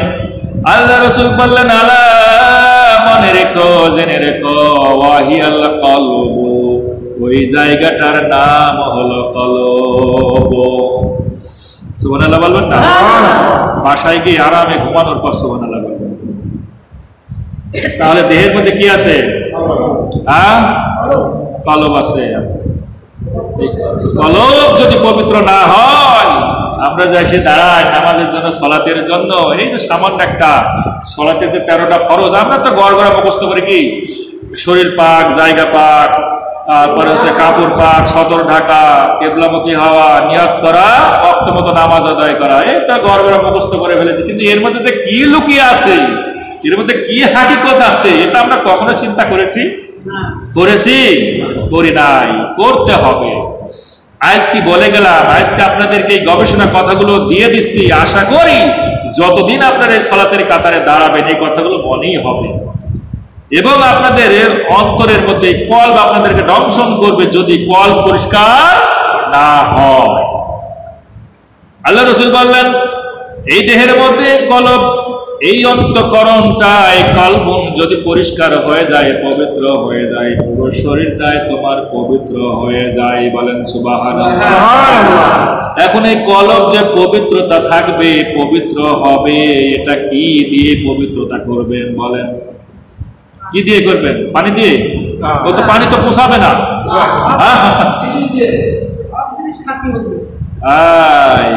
কাছাকাছি চলে আসছেন। এবার আসুন দলিল নেন কোরআনুল কারীম। আল্লাহর হাদিস, আল্লাহ রাসূলের হাদিসের ভিতরে আমি পেলাম, আল্লাহ রাসূল বললেন, আবু হুরায়রা রাদিয়াল্লাহু তাআলা বললেন, ইন্নাল্লাহা, নিশ্চয় আমার রব, লা ইয়ানজুরু সুওয়ারিকুম ওয়া আমওয়ালিকুম, আল্লাহ মৃত্যুর পর তোমার চেহারা দেখবে না, আল্লাহ মৃত্যুর পর তোমার সম্পদ দেখবে না, ধন সম্পদ দেখবে না, ওয়ালাকিন ইয়ানজুরু ইলা কুলুবিকুম ওয়া আমালিকুম, আল্লাহ দুইটা জিনিস দেখবে মৃত্যুর পর। একটা হলো তোমার বিশুদ্ধ কলব, আর একটা হলো তোমার আমল। ঠিক কিনা? তাহলে মৃত্যু পর আমাদের চেহারা দেখবে না। কে সালমান খানের মতো বডি, আর কে শাহরুখ খানের মতো, কে শাকিব খানের মতো এই রকমের বডি দেখবে না, কে ময়ূরের মতো, কে ওই ঐশ্বরিয়ার মতো এই রকমের বডি আল্লাহ দেখবে না। আর দেখবেও না তাদের ধন সম্পদ, কার ধন, বিল গেটসের এত সম্পদ আল্লাহ দেখবে না। ওই পৃথিবীর মধ্যে সবচেয়ে দামি দামি দামি যারা মানে মানুষ, যাদেরকে এক নামে চেনে, এই সব আল্লাহর কাছে গ্রহণযোগ্য নয়। ওয়ালাকিন, বরং আল্লাহ দেখবেন, ইলা কুলুবিকুম, তোমাদের বিশুদ্ধ কলবটা আল্লাহ সুবহানাহু ওয়া তাআলা দেখবেন। ওয়া আমালুকুম, আর দেখবে তোমাদের বিশুদ্ধ আমল। এই বিশুদ্ধ আমল যদি করতে চাই, সালাত যদি আমরা সঠিক করতে চাই, প্রথম শর্ত কি? কি? শরীর পাক থাকা লাগবে। আর এই শরীর পাক করতে গিয়ে আমি এতগুলো রেফারেন্স কিন্তু আপনাদেরকে দিতেছি, বোঝা লাগবে। আল্লাহ রাব্বুল আলামিন এই কলবুন, এই পবিত্র কলব যদি বাঁচিয়ে রাখতে চান, কোরআন তার দলিল দিতেছেন। আপনার কলবকে, আপনার এই অন্তঃকরণকে আপনি কিভাবে হালাল করবেন? আল্লাহ রাব্বুল আলামিন কোরআনুল কারীম সূরা আল বাকারা, দ্বিতীয়তম সূরা আল বাকারার 168তম আয়াতের ভিতরে বললেন, তোমার কলব তুমি বাঁচিয়ে রাখতে পারবা হালাল খাবারের উপরে। ঠিক না? হালাল খাবার যদি আমরা না গ্রহণ করি, হালাল খাবার যদি আমরা না ভক্ষণ করি, ওই কলব কিন্তু বিশুদ্ধ থাকবে না। ওই কলবটা হয়ে যাবে ওই যে আখার মধ্যে যে ছাই থাকে, কয়লা থাকে, কয়লার মতো কিন্তু আমাদের কলবটা হয়ে যাবে। ঠিক কিনা? আল্লাহ কিন্তু অপবিত্র কলব নেবেন না। আল্লাহ বললেন, ইয়া আইয়ুহান নাসু কুলু মিম্মা ফিল আরদি হালালান তাইয়্যিবা, ও পৃথিবীর মানুষ, তোমরা পৃথিবীর মধ্যে বিচরণ করো। আমার এই পৃথিবীতে আমি হালাল খাবার ছড়িয়ে দিয়েছি, সেখান থেকে তোমরা এই হালাল আর পবিত্র খাবারগুলো ভক্ষণ করো। তাদেরকে বললেন, নাস, মানুষগুলোকে বললেন। তার মানে পৃথিবীর মধ্যে 801 কোটি মানুষ রয়েছে। 801 কোটি মানুষকেই কিন্তু আল্লাহ বললেন, তোমরা হালাল পবিত্র খাবার খাও। এবার আল্লাহ রাব্বুল আলামিন সূরা আল বাকারার দ্বিতীয়তম সূরা আল বাকারার 172তম আয়াতে কারিমার মধ্যে ডাক দিয়ে বললেন, ইয়া আইয়ুহাল্লাযীনা আমানু কুলু মিন তাইয়্যিবাতি মা রাযাকনাকুম ওয়াশকুরু লিল্লাহি ইন কুনতুম ইয়্যাহু তা'বুদুন। আল্লাহ বললেন, ও পৃথিবীর ঈমানদার, তোমরা যারা নিজেদেরকে মুমিন দাবি করো, অবশ্যই আমার হালাল আর পবিত্র খাবারগুলো তোমরা খাবা। ওয়াশকুরু লিল্লাহি, সত্যি যদি আমি রবের শুকরিয়া করতে চাও, ইন কুনতুম কুনতুম ইয়াহু তা'বুদুন। আর মসজিদে এসে যদি তুমি সত্যি সালাত আদায় করতে চাও, অবশ্যই তোমাদেরকে আমার দেওয়া হালাল পবিত্র খাবারগুলো খাওয়া লাগবে। ঠিক আছে? আল্লাহ নবী রাসূলদেরকে বাদ দিলেন না। নবী রাসূলদেরকে আল্লাহ বললেন, ইয়া আইয়ুহার রাসূল কুলু মিনাত তাইয়্যিবা ওয়া আমালু সলিহা ইন্নী বিমা তা'মালুনা আলীম। আল্লাহ রাব্বুল আলামিন নবী রাসূলদেরকে ডাক দিয়ে বললেন, ও আমার পৃথিবীতে নবী রাসূলরা শুনে নাও, তোমরাও যদি সত্যি নেক আমল করতে চাও, সর্বপ্রথম তোমাদেরকে কিন্তু পবিত্র খাবার ভক্ষণ করা লাগবে। আর আমি আরশ আজিম থেকে তোমাদেরকে দেখতেছি কে কোন খাবার খাও। গণভবনের মধ্যে বসে বসে কে ছাগলের রান খাও, আর বাসতলায় বসে বসে কে ঝাল দিয়ে ভাত খায়, আল্লাহ রাব্বুল আলামিন কি দেখে না? আল্লাহ রাব্বুল আলামিন ডাক দিয়ে বলেন, গণভবনের মধ্যে বসে বসে তুমি যে বড় বড় হাঁস খাও, আর জাতির সামনে তুমি নিজেকে বলো আমি তাহাজ্জুদের নামাজ আদায় করি 100 রাকাত, কিন্তু তোমার ঘরে একটা তসবিহ, একটা জায়নামাজ পর্যন্ত পাওয়া যায় না, বড় বড় বোতল পাওয়া যায়, ঠিক কিনা? আল্লাহ রাব্বুল আলামিন বলেন, ইন্নী বিমা তা'মালুনা আলীম, আমি আরশে আজিম থেকে দেখছি তোমার ওই গণভবনের মধ্যে ছাগল, গরু, হাঁস, মুরগি আর বড় বড় ইলিশ মাছের যে পেটিগুলো ফ্রিজ করে বোঝাই করে রেখে দিয়েছো, আর তোমার জাতির মানুষগুলোকে, তোমার প্রজাদেরকে, তোমার অসহায় মানুষগুলোকে 2000 টাকা কেজি দিয়ে একটা ইলিশ মাছ কেনা লাগে, ঠিক কিনা? অথচ দাদারা খায় 500 টাকা কেজি, 400 টাকা কেজিতে দাদারা কিন্তু ইলিশ মাছ খায়, আর আমরা 2000 টাকা কিন্তু বোনা লাগে, ঠিক কিনা?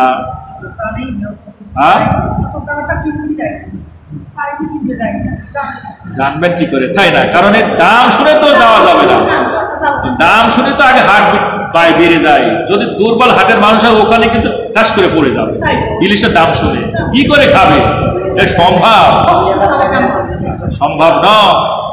আল্লাহ রাব্বুল আলামিন বললেন, দুনিয়ার মানুষ শোনো, কে কোথায় কিভাবে খাও আমি কিন্তু উপরে আরশ আজিম থেকে দেখতে পাই।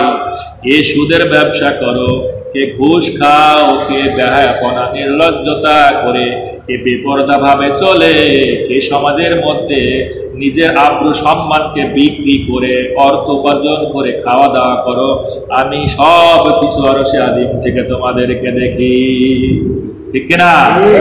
ঠিক কিনা? ঠিক বললে হবে না, গিরগিটির মতো রূপ পরিবর্তন করলে হবে না। রব যা বলতেছে এই মসজিদ থেকে ওয়াদা করে কিন্তু যাওয়া লাগবে, যে রব এতদিন যা কিছু করেছি, যা ভুল করেছি, হামান তাবা, যা কিছু করেছি আমি তওবা করলাম, মিন বাদি জুলমিহি, আমি যে জুলুম করেছি আমার নিজের উপরে, ওয়াসলাহা, আমি আল্লাহ সংশোধন হয়ে যাচ্ছে। এই মসজিদে বসে আমি ওয়াদা করলাম, আমি নিজেকে সংশোধন করে নিলাম। শুধু সংশোধন করলাম তা নয়, আল্লাহর কাছে যদি আপনি সংশোধন হয়ে যান আর তওবা যদি প্রকৃতপক্ষে করতে পারেন, আল্লাহ রাব্বুল আলামিন ডাক দিয়ে বললেন, ফাইন্নাল্লাহা ইয়াতুবু আলাইহি, আমি অবশ্যই ওই গোলামের সব অপরাধ ক্ষমা করে দিব। ও পৃথিবীর মানুষ, বাংলাদেশের যে সকল মানুষগুলো আজ দীর্ঘ মানুষগুলোকে জ্বালিয়েছো, অপরাধ করেছো, এখন আল্লাহ কিন্তু তোমাদের জান হরণ করে নাই, আল্লাহ তোমাদের প্রাণ কিন্তু হরণ করে নাই। সুযোগ আছে, তওবা করো, তুমি নিজেকে সংশোধন করো, পবিত্রতা অর্জন করো, আমার রব তোমাদেরকে ক্ষমা করে দিবে। কত আলেমকে তুমি জ্বালিয়েছো, কত নিরীহ মানুষকে তুমি আয়না ঘরে বন্দী করে কষ্ট দিয়েছ, এখনো যদি তুমি নিজেকে সংশোধন করো আর আমি রবের কাছে যদি তুমি তওবা করো, আমার রব কিন্তু ক্ষমা করে দিবে, ঠিক কিনা? কিন্তু চিত্র ভিন্ন। দেখা যায় বসে বসে কিন্তু শয়তানি বুদ্ধি কিন্তু যায় না। একজন মানুষ সমাজে খুব অত্যাচার করে, এত পরিমাণ জ্বালায়, গ্রামের ওই সমাজের মানুষগুলো চিন্তা করলো যে এরে মেরে ফেলতে হবে, না হলে তার উপায় নাই, কারণ এত পরিমাণ জ্বালা যন্ত্রণা দেয়, এরে মেরে ফেলতে হবে। তো লোকটা খোঁজ পেয়েছে যে আমার মেরে ফেলবে, সিদ্ধান্ত হয়ে গিয়েছে যে মেরেই ফেলবে। তো যারা মেরে ফেলবে তাদের কাছে গিয়ে বলতেছে, ভাই আমার একটা ওসিয়ত আছে, তোমার পূরণ করা লাগবে, তুমি আমাদের মেরে ফেলবে, আমাকে মেরে ফেলবে, আমি বুঝতে পেরেছি, তা আমার ওসিয়তটা পূর্ণ করা লাগবে। তো বলে, কি ওসিয়ত তোমার? তো ওসিয়ত হলো, আমাকে মেরে ফেলার পর ওই 3 রাস্তার মাথায় আমার পেছন দিক দিয়ে একটা বাঁশ ঢোকায়া দিয়ে তুমি ওইখানে একটা পুঁতে রাখবা, এটা হলো আমার ওসিয়ত। মানুষজন অনেকে তো অনেক রকমের মানুষ থাকে, বলছে এ আবার কোনো একটা চিন্তা হলো নাকি, এটা কোনো ম্যাটারই না, দিস ইজ নো ফ্যাক্টর, এটা কোনো ফ্যাক্টরই না। ওকে মেরে ফেলে যাই করে পেছন দিক দিয়ে একটা বাঁশ দিয়ে মোটামুটি 3 রাস্তার মোড়ে দাঁড় করিয়ে রাখছে। এখন প্রশাসন আসছে, একটা জলজন্ত মানুষকে মেরে ফেলেছে, প্রশাসন আসার পর বলতেছে যে মানুষটা নয় অপরাধী ছিল, অপরাধ নয় করেছে, মেরেও ফেলেছো তাতেও কোনো দুঃখ নাই, কিন্তু এইভাবে বিভৎস ভাবে তার পেছন দিক দিয়ে বাঁশ দিয়ে টাঙিয়ে রেখেছে, এটা তো বড় অপরাধ। মেরে ফেলেছে এটা আমি তাদেরকে কিছু বলবো না, কিন্তু এই যে বাঁশ দিয়ে তুমি অপরাধ করেছো, এর জন্য এদেরকে ধর, এদের শাস্তি দেওয়া লাগবে। তখন গ্রামের মানুষ চিন্তা করলো, আহারে এই লোকটা বেঁচে থাকতেও যেভাবে জ্বালিয়েছে, মারা যাওয়ার পরেও আমাদেরকে জ্বালানো বন্ধ করে না। আপনারা চিন্তা করে দেখেছেন? আল্লাহ রাব্বুল আলামিন বললেন, শোনো, জীবন এখনো তোমার আছে, হায়াত এখনো দিয়ে রেখেছি, এখনো যদি তুমি তওবা করো।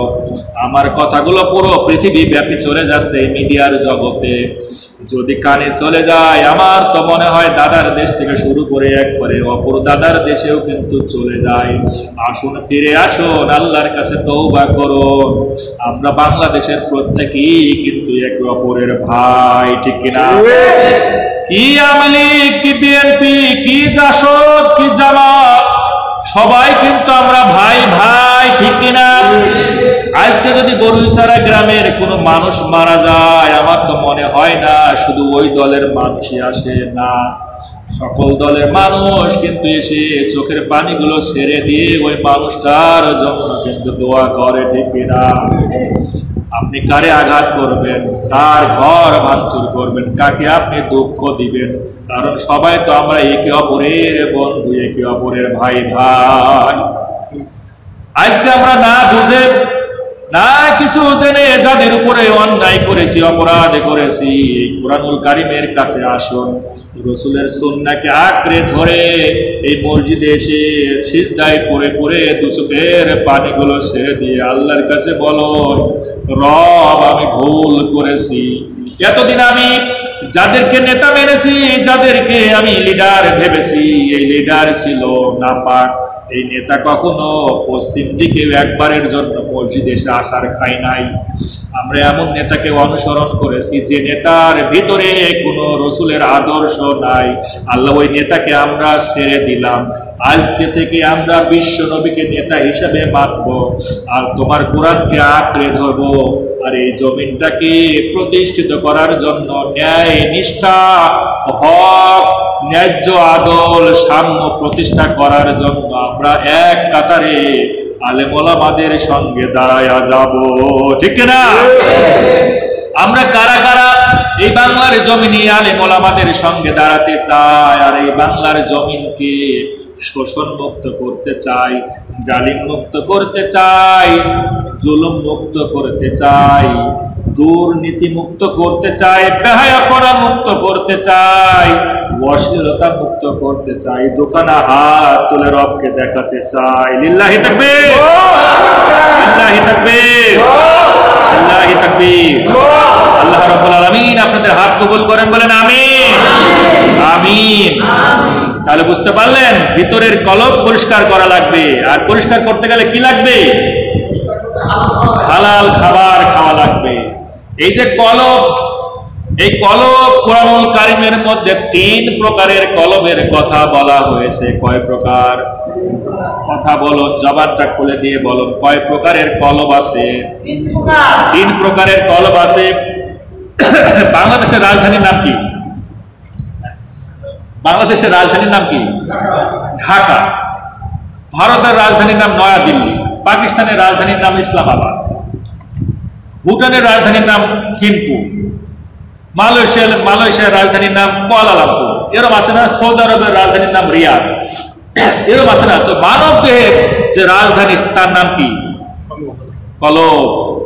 মানব দেহের যে রাজধানী, এই মানব দেহের রাজধানীর নাম হলো কলব। বলেন সুবহানাল্লাহ। কারণ এটি ঈমান, ইখলাস আর তাওহীদের কেন্দ্রবিন্দু। বলেন সুবহানাল্লাহ। আল্লাহ রাব্বুল আলামিন বললেন, এই যে কলব, 3 প্রকার কলবের কথা আল্লাহ কুরআনুল কারীমের মধ্যে জানিয়ে দিলেন। একটা কলবের নাম হলো কলবুন সালিমুন, একটা হলো সুস্থ কলব। কি কলব? সুস্থ কলব। আর একটা কলবের নাম হলো কলবুন মাইয়িতুন, আর একটা কলবের নাম হলো মৃত কলব। আর একটা কলবের নাম আল্লাহ বললেন কলবুন সাকিমুন, আর একটা কলবের নাম হলো অসুস্থ কলব। তাহলে কলব কয় হলো? কয়টা হলো? 3টা। একটা নাম কি? সুস্থ কলব। আর একটা নাম কি? অসুস্থ কলব। আর একটা নাম কি? মৃত। তাই না? তাহলে সুস্থ, অসুস্থ আর মৃত, এই 3টা কলব আল্লাহ কুরআনুল কারীমের মধ্যে দিয়েছেন। দলিল নেন। এবার যারা বসে আছেন বড়ইচারার মানুষগুলো, জেনে নেন কার কোন কলব আপনাদের দেহের মধ্যে আছে। একটাবার পর্যবেক্ষণ করুন। আপনি কিন্তু নিজেই বের করে ফেলতে পারবেন আপনার কলবটা সুস্থ নাকি অসুস্থ নাকি মৃত। আসলে হবে না। কোরআনুল কারীমের কাছে আত্মসমর্পণ করা লাগবে, কোরআন থেকে জ্ঞান নেওয়া লাগবে। সুস্থ কলব আল্লাহ রাব্বুল আলামিন কুরআনুল কারীম সূরা আশ-শুআরা 26তম সূরা আশ-শুআরার ভিতরে জানিয়ে দিলেন, ইয়াউমা লা ইয়ানফাউ মালু ওয়ালা বানুন। আল্লাহ বললেন, মৃত্যুর পর আমি তোমাদেরকে চিনব না। তোমার এটা সন্তান আর এটা তোমার ধন সম্পদ।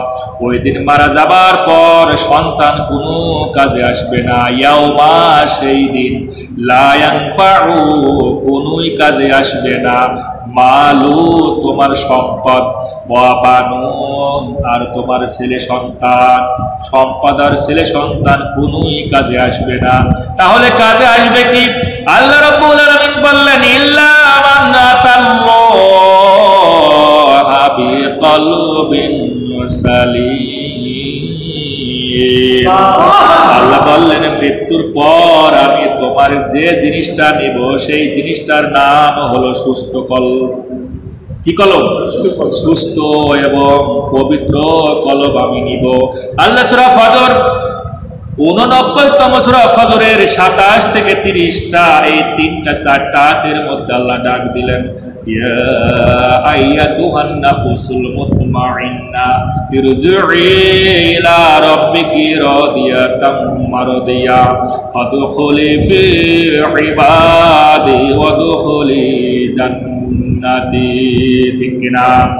আল্লাহ ডাক দিয়ে বললেন, ওহে বিশুদ্ধ কলব, ওহে পবিত্র আত্মা, বেরিয়ে আসো, তুমি বেরিয়ে আসো আর প্রবেশ করো আমার নেককার আলেমদের মধ্যে। কাদের মধ্যে? নেককার পরহেজগার আলেমদের মধ্যে প্রবেশ করো। ডাকছেন কাকে? বিশুদ্ধ কলবকে। ওহে বিশুদ্ধ কলব, ওহে বিশুদ্ধ আত্মা, তুমি বেরিয়ে আসো আর প্রবেশ করো নেককার আলেমদের মধ্যে। নেককার আলেম, তার মানে আলেমেরও প্রকার ভেদ আছে। আলেম কয় প্রকার?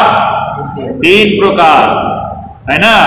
একটা সামাজিক আলেম, আর একটা হলো রাষ্ট্রীয় আলেম, আর একটা হলো আল্লাহ রসুলের আদর্শ মোতাবেক আলেম। ঠিক কিনা? ওলামায়ে দাওলা আর ওলামায়ে উম্মত আর ওলামায়ে আরেকটা কি আছে? আরেকটা কি বলে?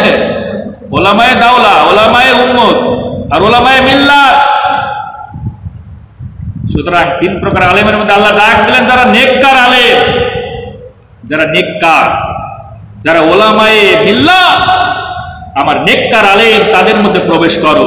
সুতরাং পৃথিবীর মধ্যে যারা হক্কানি আলেম, তাদের দলে থাকা লাগবে, আল্লাহ নিজেই বলতেছেন। এরপরে আল্লাহ ডাক দিয়ে বলবেন, ওহে কলব, ওহে পবিত্র আত্মা, এবার তুমি জান্নাতের মধ্যে প্রবেশ করো, যে জান্নাতটা আমি তোমাদের জন্য বানিয়েছি। বোঝা গেল? তাহলে বিশুদ্ধ কলব ছাড়া কিন্তু ওই দিন কোনো কাজে আসবে না। তার মানে আমরা সলাতের যে প্রথম শর্ত ছিল শরীর পাক, এই শরীর পাকের মধ্যে আমরা দেখতে পেলাম বাহ্যিক পবিত্রতা, ওযু, গোসল আর তায়াম্মুমের মাধ্যমে পানি আর মাটি দিয়ে সম্ভব। আর ভিতরের যে কলব আছে, এই কলবটা পরিষ্কার করতে হলে হালাল খাবারের প্রয়োজন, ঠিক কিনা? তাহলে আমরা একটা সাইড শেষ, এবার বললো মালের পবিত্রতা লাগবে।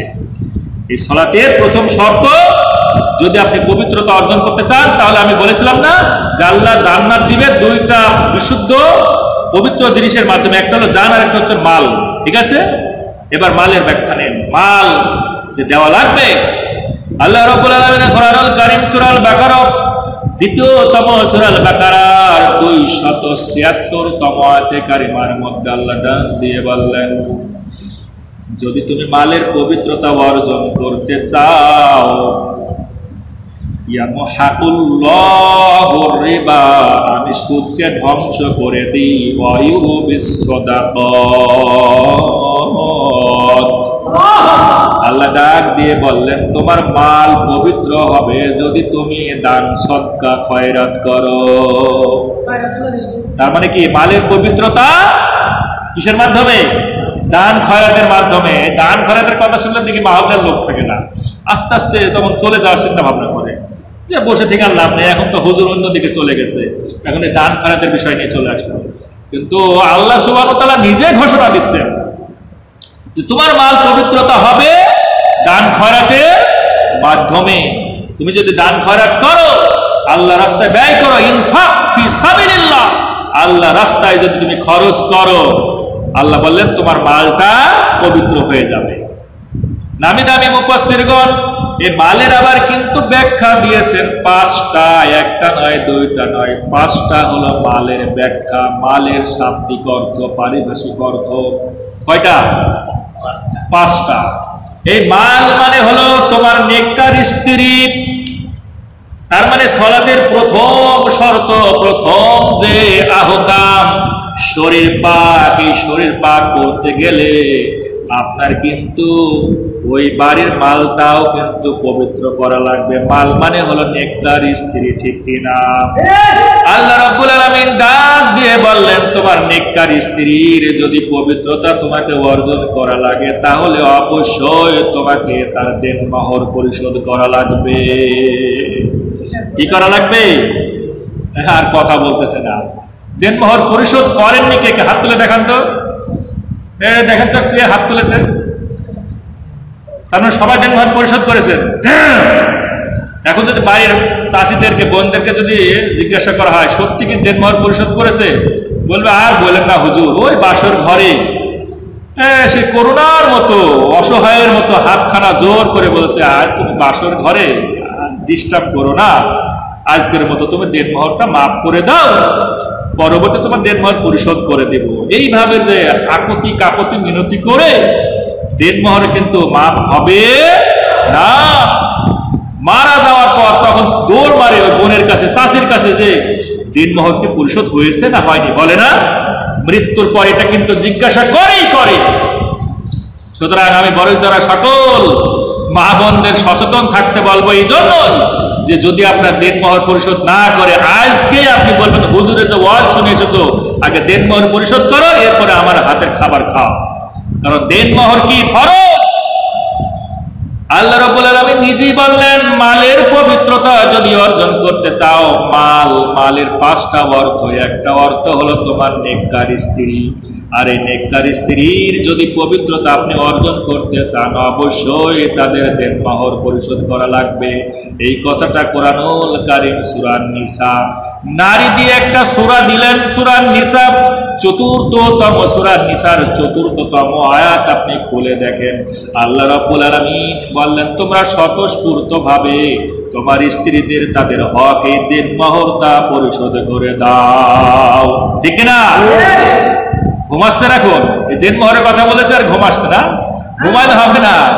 দিন মোহরের কথা বলেছি, আপনারা সজাগ থাকা লাগবে। আল্লাহ বললেন যে আল্লাহ রাব্বুল আলামিন বললেন যদি এখান থেকে তোমাদের যদি কিছু মাফ করে দেয়, মানে সম্পূর্ণ না, যদি কিছুটা তোমাদেরকে মাফ করে দেয় তাহলে আল্লাহ বলেন সন্তুষ্টের চিত্তে তোমরা এটা মেনে নাও। হয়তো আপনার 5 লক্ষ টাকা দেনমোহর করেছে, আপনি হয়তো 3 লক্ষ টাকা দিয়ে বললেন যে বিবি আমার প্রিয়তম স্ত্রী এই 3 লক্ষ টাকা তোমাকে দিলাম, তুমি আমারে এটা নিয়ে সন্তুষ্ট থাকো। আল্লাহ সুবহানাহু ওয়া তাআলা বললেন স্ত্রী যদি 3 লক্ষ টাকা পেয়ে খুশি হয়ে যায়, আমার আল্লাহ খুশি হয়ে যায়। আল্লাহ যখন খুশি হয়ে যায়, আল্লাহর ওই গোলাম ওই রমণের স্বামীটাও খুশি হয়ে যায়। বলেন সুবহানাল্লাহ। হ্যাঁ বলেন। দেনমোহর 12,000 টাকা, 5 লক্ষ টাকা আলহামদুলিল্লাহ আপনি ভালো দিয়েছেন।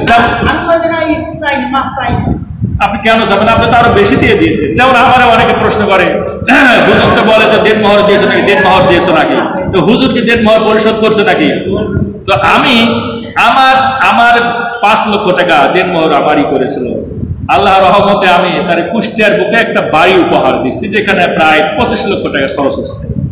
আলহামদুলিল্লাহ তার আমি নগদে দিয়েছি, পাশাপাশি তার নামে আমি একটা বাড়ি তার উপহার দিয়েছি। আলহামদুলিল্লাহ।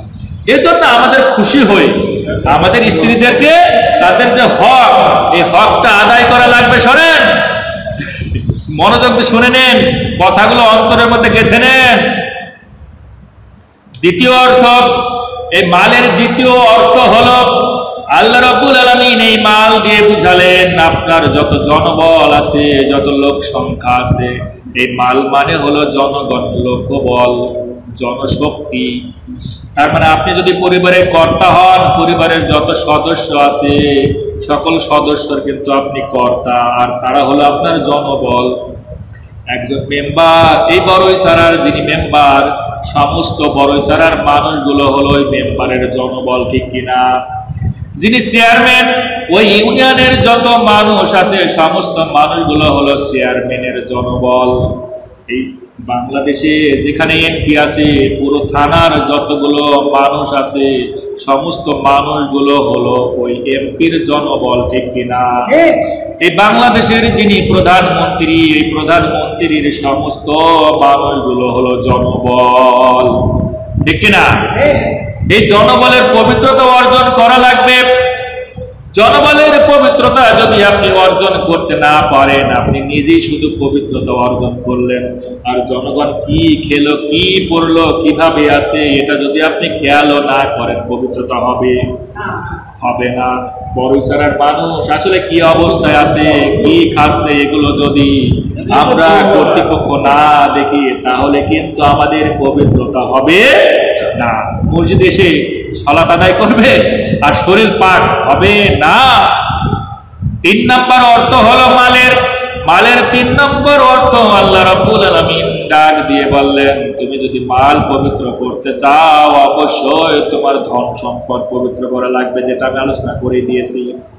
4 নম্বর আল্লাহ বললেন মাল শব্দের অর্থ হলো অস্ত্র শস্ত্র। কি অস্ত্র? বাংলাদেশের যত রাইফেল আছে, যত গুলি আছে, যত ফাইটার আছে, যা কিছু আছে মানুষ মারার জন্য, যা কিছু আছে পশু মারার জন্য, যা কিছু আছে শত্রু পক্ষকে ঘায়েল করার জন্য, এই সবগুলোর শাব্দিক অর্থ হলো মাল। ঠিক কিনা? এই মালের পবিত্রতা অর্জন করতে গেলে বাংলাদেশকে যারা নস্যাৎ করতে চায়, বাংলাদেশকে যারা স্থিতিশীল না করে অস্থিতিশীল করতে চায়, বাংলাদেশকে যারা সাম্প্রদায়িকতায় নিয়ে যেতে চায়, এই বাংলাদেশের মধ্যে ঢুকে যারা দুর্নীতি, বাংলাদেশকে যারা একটা সন্ত্রাসী রাষ্ট্র বানাতে চায়, তাদের বিপক্ষে এই অস্ত্রগুলো ব্যবহার করা লাগবে। ঠিক কিনা? কিন্তু দেখা যায় বাংলাদেশের অস্ত্রগুলো ব্যবহার করা হয় আমার নিরীহ ছাত্র বন্ধুদের উপর। ঠিক কিনা? আমার ছাত্র বন্ধুদের উপর, ছাত্রী বোনেদের উপর, নিরীহ মানুষগুলোর উপর, নিরীহ আলেম ওলামাদের উপর এই অস্ত্রগুলো ব্যবহার করা হয় কি হয় না? হয়। আল্লাহ বললেন কি আর আমরা করি কি? আল্লাহ আরশে আজিমে বসে বসে চিন্তা করে আমার গোলামরা করে কি রে, আর আমি বললাম কি? তারপরে মালের পবিত্রতা অর্জন করতে গেলে অস্ত্র শস্ত্রের যারা কর্তৃপক্ষ আছে, যারা দায়িত্বশীল, যারা যে সকল প্রশাসন, তাদেরকে অবশ্যই মালের পবিত্রতা অর্জন করতে গেলে ঘুষের বিরুদ্ধে, দুর্নীতির বিরুদ্ধে, সুদের বিরুদ্ধে এই রাষ্ট্রকে যারা অস্থিতিশীল বানাতে চায়, এই রাষ্ট্রকে যারা একেবারে দুর্নীতির মধ্যে ফেলে দিতে চায়, তাদের বিরুদ্ধে এই অস্ত্রগুলো ব্যবহার করা লাগবে, ঠিক কিনা? আল্লাহ রাব্বুল আলামিন বললেন সর্বশেষ মালের অর্থ হলো ক্ষমতা। মালের আরেকটা অর্থ, পঞ্চম নম্বর অর্থ হলো ক্ষমতা। যার যতটুকু ক্ষমতা আছে সেই ক্ষমতার সৎ ব্যবহার যারাই করবে সে কিন্তু মালের পবিত্রতা অর্জন করলো, ঠিক কিনা? আপনি দেশের সর্বোচ্চ ক্ষমতার মানুষ, তার মানে আপনাকে ক্ষমতাটা সুষ্ঠু কাজে ব্যয় করা লাগবে। আপনি যদি একবার গণভবন থেকে বলেন বাংলার যত মানুষ আছে আগামীকাল ফজরে প্রত্যেকটি মসজিদে নামাজ আদায় করা লাগবে, পড়বে কি পড়বে না? নামাজ পড়বে না? সংসদ ভবন থেকে যদি বলা হয়, যেহেতু কুরআনুল কারীম সূরা হজ 22তম সূরা হজের 41তম আয়াতে কারিমার মধ্যে আল্লাহ বললেন আল্লাযীনা ইম্মাক্কান্নাহুম ফিল আরদি আকামুস সালাতা ওয়া আতাউস যাকাতা ওয়া আমারু বিল মা'রুফি ওয়া নাহাউ আনিল মুনকার। আমি যদি কাউকে রাষ্ট্রীয় ক্ষমতা দিই তার উপর চারটা প্রথম কাজ হবে। আমি যারে ক্ষমতা দিব এই ক্ষমতার এই মালের যদি সত্যই পবিত্রতা অর্জন করতে চাই অবশ্যই তারে প্রথম চারটা কাজ করা লাগবে। জাতির মধ্যে নামাজের ব্যবস্থা করে দিবে, যাকাত প্রতিষ্ঠা করে দিবে, হক সত্য প্রতিষ্ঠা করে দিবে, আর যত বাতিল আছে, যত তাগুত আছে, সমাজে যত বিশৃঙ্খল আছে, অশ্লীলতা আছে, সবগুলো উৎখাত করে দিয়ে বঙ্গোপসাগর পাড়ি দিয়ে ওই দিল্লির মধ্যে ফেলে দিবে, ঠিক কিনা? এটা যদি আমরা করতে না পারি তাহলে মালের পবিত্রতা হলো না। আসুন আমরা সামারাইজ করে ফেলি এই কথাগুলো। এতক্ষণ যে আলোচনা করলাম, আমি একটা হাদিস বলেছিলাম, হাদিসখানা বর্ণনা করলেন আবি আল আশআরী রাদিয়াল্লাহু তাআলা আনহু। তিনি বললেন আত-তুহুরু শাতরুল ঈমান, পবিত্রতা হলো ঈমানের অর্ধেক। এতক্ষণ যে পবিত্রতা নিয়ে আলোচনা করলাম, এই পবিত্রতা যদি সত্যি আপনি অর্জন করতে পারেন তবেই আপনার ঈমানের অর্ধেক আপনি সওয়াব পাবেন। এরপরে আল্লাহ রাসূল বললেন আলহামদুলিল্লাহি তামলাউল মিজান। কেউ যদি খুশি হয়ে একবার বলে আলহামদুলিল্লাহ, মৃত্যুর পর কিয়ামতের ময়দানে যে দাড়িপাল্লা হবে পাপ পুণ্য মাপার জন্য, পুণ্যের পাল্লাটা আল্লাহ একেবারে পরিপূর্ণ করে দিবে। ও বড়ইচারার মানুষ, ও বড়ইচারার মা বোনেরা, ঘর ঝাড়ু দিবেন আর বলবেন আলহামদুলিল্লাহ। আপনি রান্নায় বসবেন, বলবেন আলহামদুলিল্লাহ। আপনি রুটি গড়াবেন, ভাত রান্না করবেন, বলবেন আলহামদুলিল্লাহ। কিয়ামতের ময়দানে আপনার পুণ্যের পাল্লাটা আল্লাহ পরিপূর্ণ করে দিবেন, বলেন ঠিক কিনা? আল্লাহ রাব্বুল আলামিনের হাবিব বিশ্ব নবী বললেন ওয়া সুবহানাল্লাহি ওয়াল হামদুলিল্লাহি তামলাআনি আও তামলাউ মা বাইনাস সামাওয়াতি ওয়াল আরদ। কেউ যদি খুশি হয়ে বলে সুবহানাল্লাহি ওয়াল হামদুলিল্লাহ, আল্লাহ বলেন আসমান আর জমিনের মধ্যে যত ফাঁকা জায়গা আছে সমস্ত ফাঁকা জায়গা সবে পরিপূর্ণ হয়ে যায়। এই কথাটা আমার নয়, মুসলিম শরীফের 223 নম্বর হাদিস। যাদের কাছে অ্যান্ড্রয়েড মোবাইল আছে, যাদের কাছে মুসলিম শরীফের হাদিসের গ্রন্থ আছে, 223 নম্বর হাদিসটা আপনি খুলে দেখুন, আল্লাহ রাসূল বলেছেন, বলেন ঠিক কিনা? আল্লাহ রাব্বুল আলামিন এবার বললেন ওয়াস সালাতু নূর, সালাত হলো তোমার জন্য আলো। তার মানে এই পবিত্রতা যদি অর্জন করতে পারি তাহলে আমরা কিন্তু সালাত আদায় করলে মৃত্যুর পর ওই কিয়ামতের ময়দান যখন গহীন অন্ধকার হয়ে যাবে, আমরা যখন পুলসিরাত পার হতে থাকবো, পুলসিরাতে পার হবার জন্য কিন্তু অন্ধকার থাকবে, আর কারোর জন্য আলো থাকবে। যারা এই পবিত্রতা অর্জন করবে, সঠিকভাবে সালাত আদায় করবে, আল্লাহ রাব্বুল আলামিন কুরআনুল কারীম সূরা হাদিদ 57তম সূরা হাদিদের 11-12তম আয়াতের ভিতরে আল্লাহ বললেন, ইয়াউমা তারাল মুমিনিনা ওয়াল মুমিনাতি ইয়াসআ নূরুহুম বাইনা আইদিহিম ওয়া বিআইমানিহিম বুশরাকুমুল ইয়াউমা জান্নাতুন তাজরি মিন তাহতিহাল আনহার খালিদিনা ফিহা যালিকা ওয়াল ফাউজুল আযীম। আল্লাহ ডাক দিয়ে বললেন, সেই দিন মুমিন নারী আর মুমিন নর যখন অন্ধকার গাঢ় রাস্তা দিয়ে যখন হাঁটতে থাকবে, আল্লাহ বললেন তাদের ডান পাশে আর তাদের সামনে আমি নূর জ্বালিয়ে দিব, আলোকিত করে দিব। ওই আলো দেখে দেখে তারা রাস্তা চলবে। আর সুসংবাদ দিয়ে দাও তাদের জন্য, বুশুরা, সুসংবাদ দাও, বুশুরাকুম ইয়াউমাল জান্নাতুন তাজরি মিন তাহতিহাল আনহার, তাদের জন্য আমি জান্নাত নির্মাণ করেছি।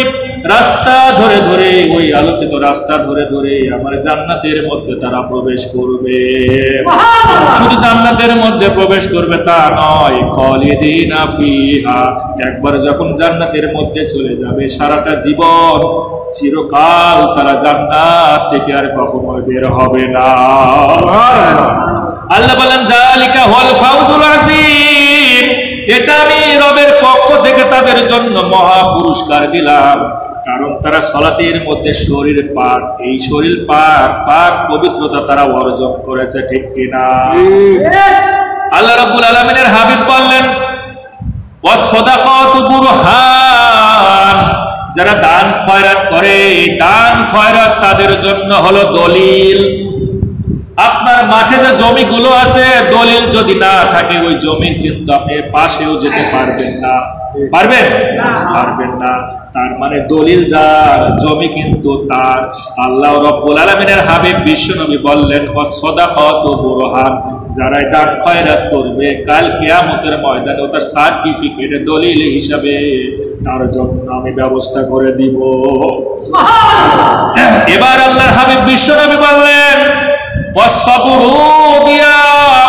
এতক্ষণ পর্যন্ত যারা ধৈর্য ধারণ করে এই কোরআনের ময়দানে থাকলো, রাসূলের হাদিসটা শুনে নেন, মুসলিম শরীফের 223 নম্বর হাদিস, যারা ধৈর্য ধারণ করে এই কোরআনের ময়দানে এতক্ষণ কথাগুলো শুনলো আর প্র্যাকটিক্যাল জীবনে আমল করবে, আল্লাহ রাসূল বললেন এরাই প্রকৃত ধৈর্য ধারণ করলো, আর এদের জন্য আলো হয়ে গেল। আল্লাহ রাব্বুল আলামিনের হাবিব বিশ্বনবী আরো বললেন, ওয়াল কুরআনু হুজ্জাতুন লাকা ওয়া আলাইকা, এই কোরআনের ময়দানে যারা উপস্থিত আছে, এই কোরআন বলতেছে কাল কিয়ামতের ময়দানে আমি এই মানুষগুলোর নাম ধরে ধরে আল্লাহর দরবারে সুপারিশের ব্যবস্থা করব। আল্লাহ রাব্বুল আলামিনের হাবিব বিশ্বনবী বললেন, কুল্লুন নাসি ইয়াগুদু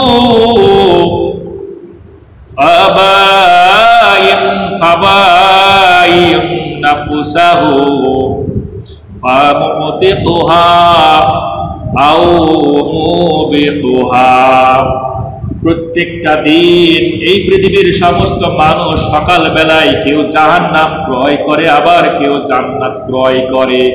কিভাবে সাহাবীরা বুঝতে পারলেন না? রাসূল ব্যাখ্যা করে দিয়ে বললেন, প্রত্যেকটা দিন সকাল বেলায় যখন মুয়াজ্জিন আযান দেয়, আর আযানটা শুনে শুনে যে মানুষগুলো ফজরের সালাতে মসজিদে আসে, এই মানুষটা ওই দিন জান্নাতকে ক্রয় করলো।